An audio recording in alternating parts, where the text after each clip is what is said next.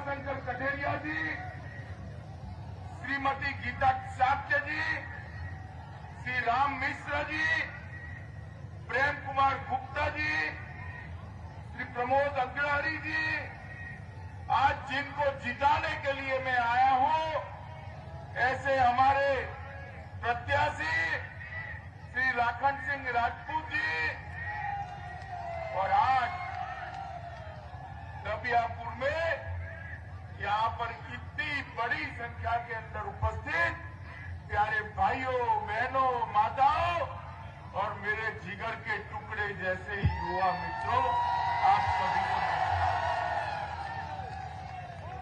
ये ईश्वर जो खड़े हैं, ये सारे लोग अंदर आ जाइए भाई, सिक्योरिटी अंदर आ जाने दो, यहां तो बैरिकेडिंग है, अंदर आ जाओ, चलो चलो चलो चलो जल्दी, धीरे धीरे धीरे।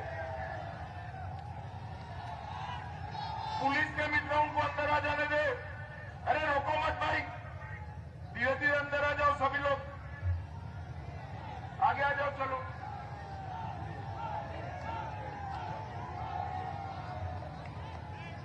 बस है, इससे आगे मत आइए, इससे आगे मत आइए, पीछे रहिए बस। अब मेरे साथ बोलिए, भारत माता की। आज यमुना नदी के तट पर ये औरैया के देवकली मंदिर में विराजमान भगवान शिव को प्रणाम कर कर मैं अपनी बात की शुरुआत करना चाहता हूं। दबियापुर के महामाई मंदिर में विराजमान महामाई को भी प्रणाम कर कर मैं अपनी बात की शुरुआत करना चाहता हूं। जब आज यहां आया हूं तब यही धरती के वीर क्रांतिकारी गेंदालाल दीक्षित व ऊटी बम विस्फोट के नायक दादा शंभुनाथ आजाद को भी प्रणाम कर कर मैं मेरी बात की शुरुआत करना चाहता हूं। मित्रों, आज हम सबके लिए श्रद्धेय महान पूजनीय गुरु रविदास जी की जयंती है। मैं रविदास जयंती पर रविदास जी को प्रणाम करता हूं और उनके बताए रास्तों पर हम सब चले, ऐसी मैं सबको अपील करता हूं। मित्रों, आज मैं यहां आया हूं तब ये दबियापुर विधानसभा में अचलदा उत्तर प्रदेश में तब 2 चरण के चुनाव समाप्त हुए।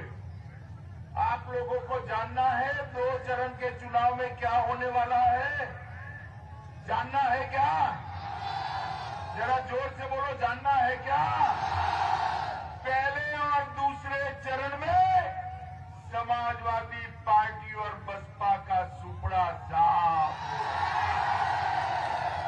और भारतीय जनता पार्टी तेजी के साथ 300 सीटों की ओर बढ़ रही है। मित्रों, तेजी के साथ।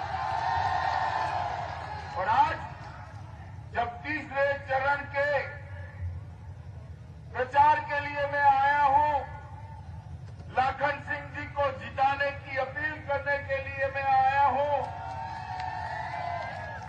तब मैं आप सभी को कहता हूं कि फिर से एक बार प्रचंड बहुमत के साथ भारतीय जनता पार्टी की सरकार बनने वाली है। यही यूपी ने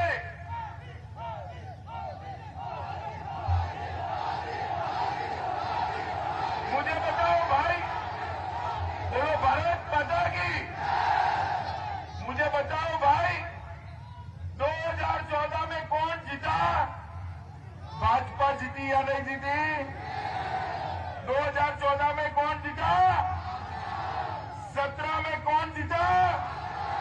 19 में कौन जीता? और 22 में बाउंड्री लगाने का मौका है। लगाएंगे क्या? लगाएंगे क्या? मित्रों, सहारनपुर से आगरा तक हर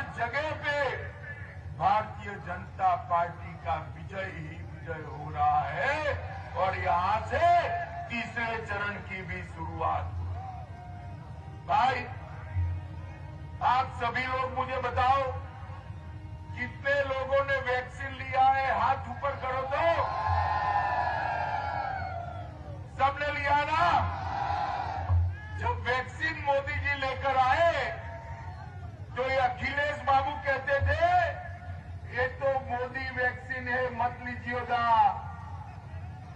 15-20 दिन तो इधर उधर घूमते रहे, ट्वीट करते रहे, फिर उन्होंने खुद लगा लिया डरकर।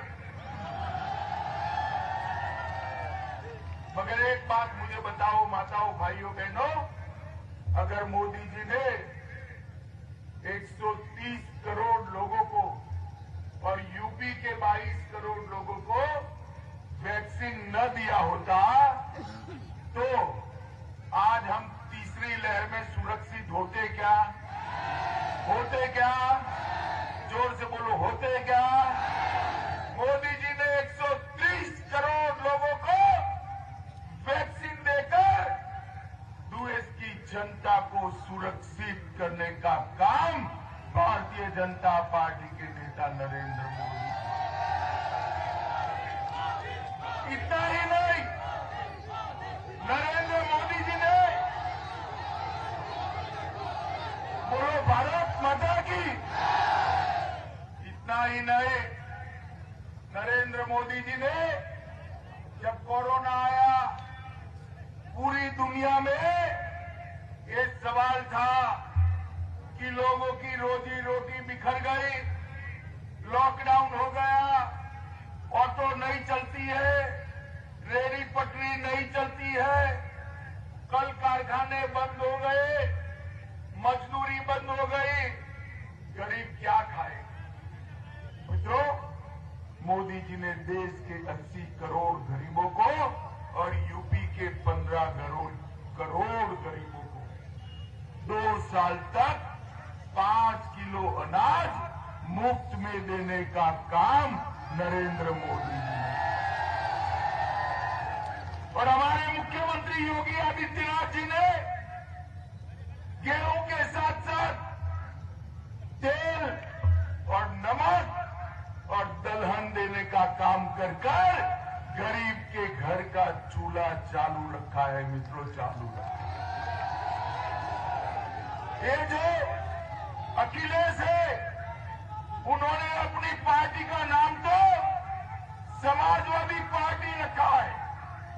मगर मैं पूछना चाहता हूं अखिलेश बाबू, सपा बसपा, बसपा सपा, बुआ भतीजा 15 साल तक सरकार चलाई या नहीं चलाई? 15 साल तक किसी के घर में गैस का सिलेंडर पहुंचा है क्या? ऐसा नहीं भी, जोर से बोलो, पहुंचा है क्या? भारतीय जनता पार्टी की सरकार बनाई, नरेंद्र मोदी जी ने यूपी की 1 करोड़ 67 लाख माताओं को गैस का चूल्हा और सिलेंडर देने का काम नरेंद्र मोदी। और हमने तय किया है 1 करोड़ 67 लाख माताओं को जो गैस का चूल्हा और सिलेंडर दिया है, सभी को होली और दिवाली पर एक गैस का सिलेंडर भी फ्री ऑफ कॉस्ट देने का काम भारतीय। 20 तारीख को होली है, 10 तारीख को काउंटिंग है, 10 को भाजपा सरकार बना दीजिए, 20 तारीख को गैस का सिलेंडर आपके घर पर आ जाए। मित्रों, 70 साल तक ये कांग्रेस पार्टी ने शासन किया, गरीब के घर में, अरे सुनो भाई, गरीब के घर में शौचालय था? बताओ भाई, था? मोदी जी को आपने प्रधानमंत्री बनाया, 2 करोड़ 61 लाख लोगों के घर में शौचालय बनाने का काम नरेंद्र मोदी जी ने किया। मित्रों, नरेंद्र मोदी जी 1 करोड़ 41 लाख गरीबों के घर में बिजली भेजने का काम किया।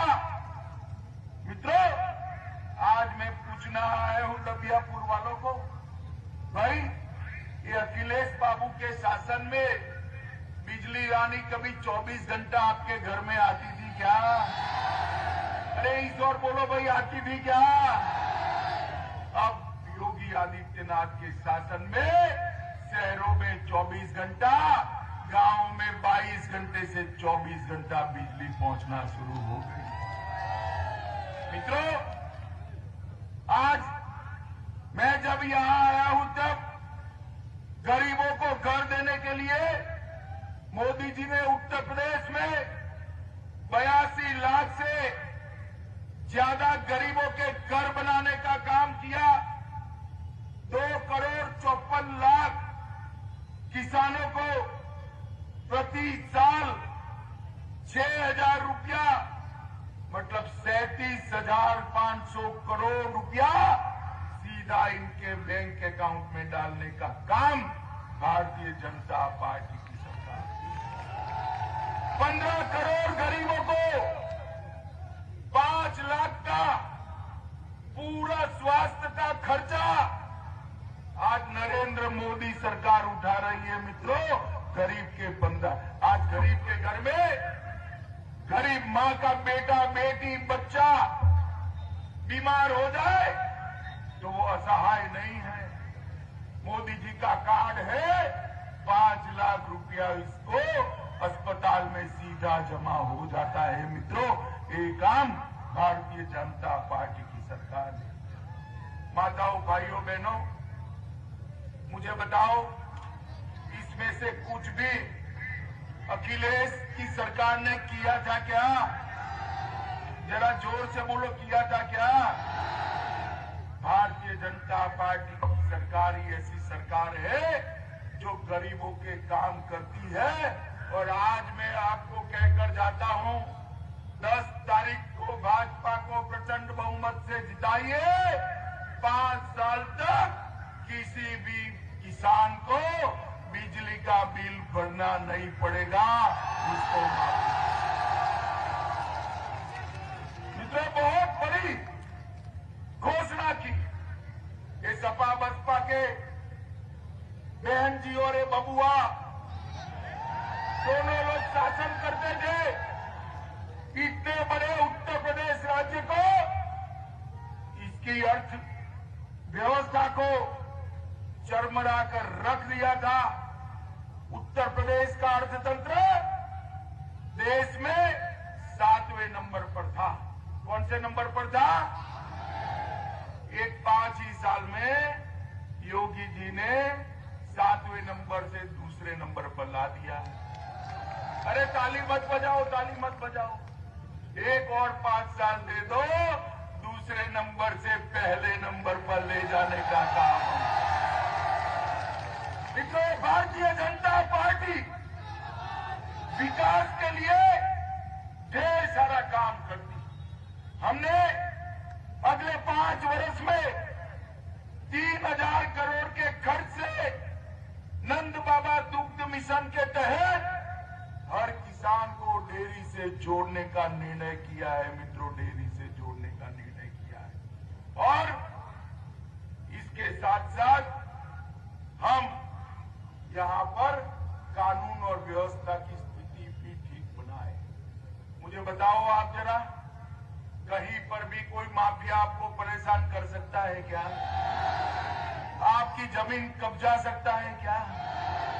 माताओं बहनों के सम्मान के साथ खिलवाड़ कर सकता है क्या? योगी जी ने यूपी से माफियाओं का पलायन करने का काम कर दिया है। और मित्रों, ये अखिलेश कहते हैं कि क्या हुआ है? अरे अखिलेश बाबू, जिसका चश्मा ही पीला हो ना, उसको सब पीला ही दिखाई पड़ता है। मगर मैं आज इस सभा में कहकर जाता हूं, आप आओ यहां तो उसका जवाब देना मुझे मालूम है आप आओगे नहीं, परंतु आओ तो जवाब देना। आपके 5 साल में जो डकैती का संख्या था, उसको योगी जी ने 72% पर कम करने का काम योगी आदित्यनाथ। लूट में 62%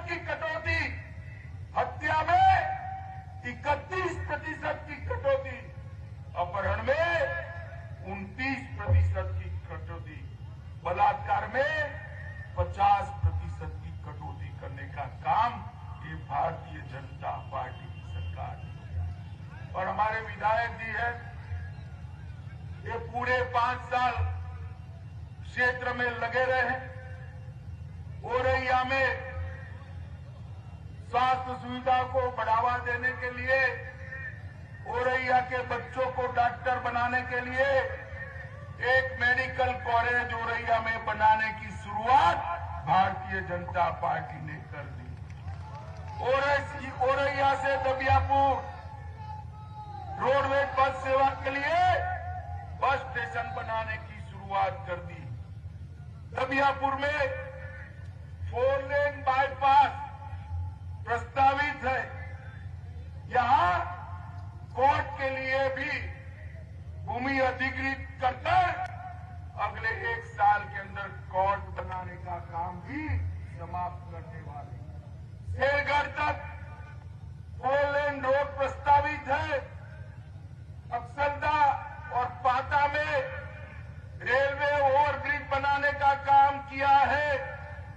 7 नाले और नदियों पर डैम और नौली पुल का निर्माण का काम भी भारतीय जनता पार्टी की सरकार ने किया है।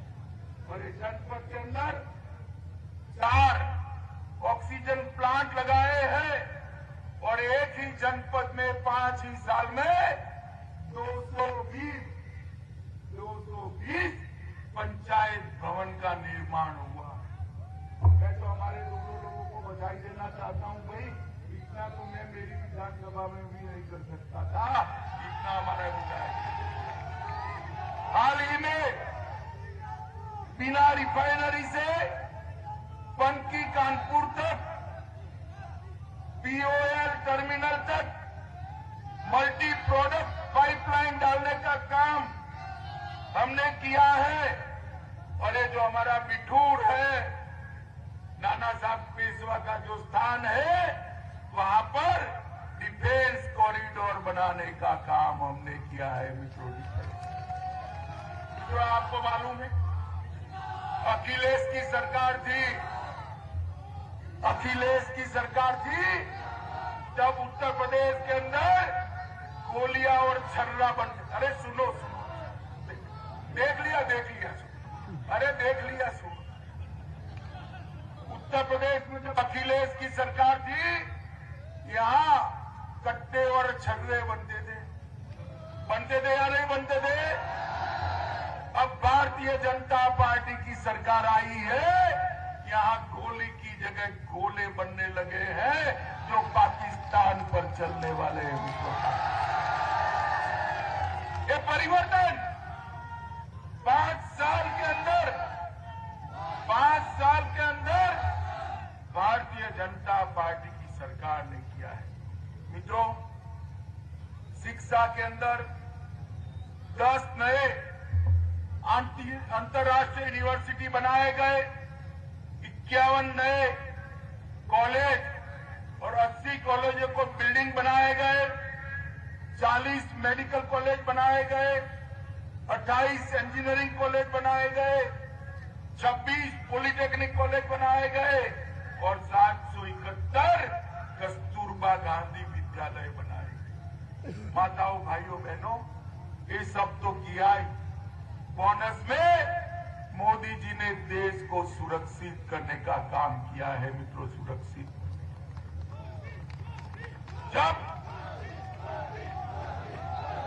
जब सपा बसपा, बोलो भारत माता की, जब सपा बसपा के समर्थन से सोनिया मनमोहन की सरकार चलती थी, तब पाकिस्तान से आलिया, मालिया, जमालिया भारत में घुस आते थे। हमारे जवानों के सर काट कर ले जाते थे और मौनी बाबा मनमोहन सिंह के मुंह पर उफ नहीं होता है। पुलवामा में हमला किया, उरी में हमला किया, 10 ही दिन में मोदी जी ने पाकिस्तान के घर में घुसकर सर्जिकल स्ट्राइक और एयर स्ट्राइक कर कर आतंकवादियों का खात्मा बुलाने का काम करेगा। और पूरी दुनिया में एक संदेश भेजा कि भारत की सीमा और भारत की सेना उसके सामने आंख उठाकर देख नहीं सकते, वरना दंडित किए जाते हैं, दंडित किए जाते हैं। मित्रों, इतने सारे युवा बैठे हैं मेरे साथ, मुझे बताओ भाई, कश्मीर भारत का अभिन्न अंग है या नहीं है? इस और बताओ भाई, है या नहीं है? ये धारा 370 हटनी चाहिए थी या नहीं हटनी चाहिए थी? मोदी जी को आपने प्रधानमंत्री बनाया, 5 अगस्त 2019 को धारा 370 हटाने का बिल पार्लियामेंट में आया। एक सपा, बसपा, कांग्रेस तीनों इकट्ठा होकर इसका विरोध करते थे। विरोध मेरे सामने बैठकर अखिलेश बाबू बोले हैं कि गृह मंत्री जी, देश में खून की नदियां बह जाएगी अगर धारा 370 को हटाए। अरे अखिलेश बाबू, किसको डराते हो? किसको डराते हो? खून की नदियां छोड़े, खून की नदियां छोड़िए, किसी की कंकड़ डालने की भी हिम्मत नहीं। धारा 370 समाप्त कर दी। मोदी जी ने कश्मीर को हमेशा के लिए भारत के साथ जोड़ने का काम किया है। माताओं, भाइयों, बहनों, 2022 का चुनाव मोदी जी के हाथ मजबूत करने का चुनाव, योगी जी को फिर से मुख्यमंत्री बनाने का चुनाव। क्या कमल के निशान पर बटन दबाओगे? हमारे प्रत्याशियों को फिर से एमएलए बनाओगे और 300 पार कराओगे? तो मेरे साथ दोनों हाथ उठाइए, उठाइए दोनों हाथ, इस और भी उठाए सभी लोग। 300 पार के विश्वास की मुट्ठी बींचे और प्रचंड आवाज से बोलिए, भारत माता की।